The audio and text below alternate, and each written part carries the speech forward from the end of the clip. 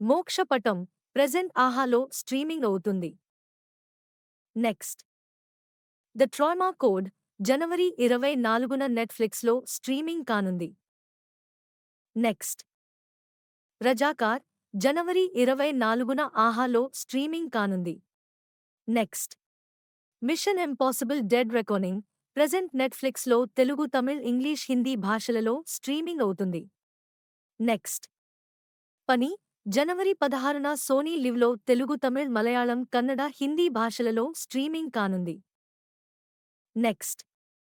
Miss you present Amazon ప్రైమ్లో తెలుగు, తమిళ్ భాషలలో streaming అవుతుంది. నెక్స్ట్.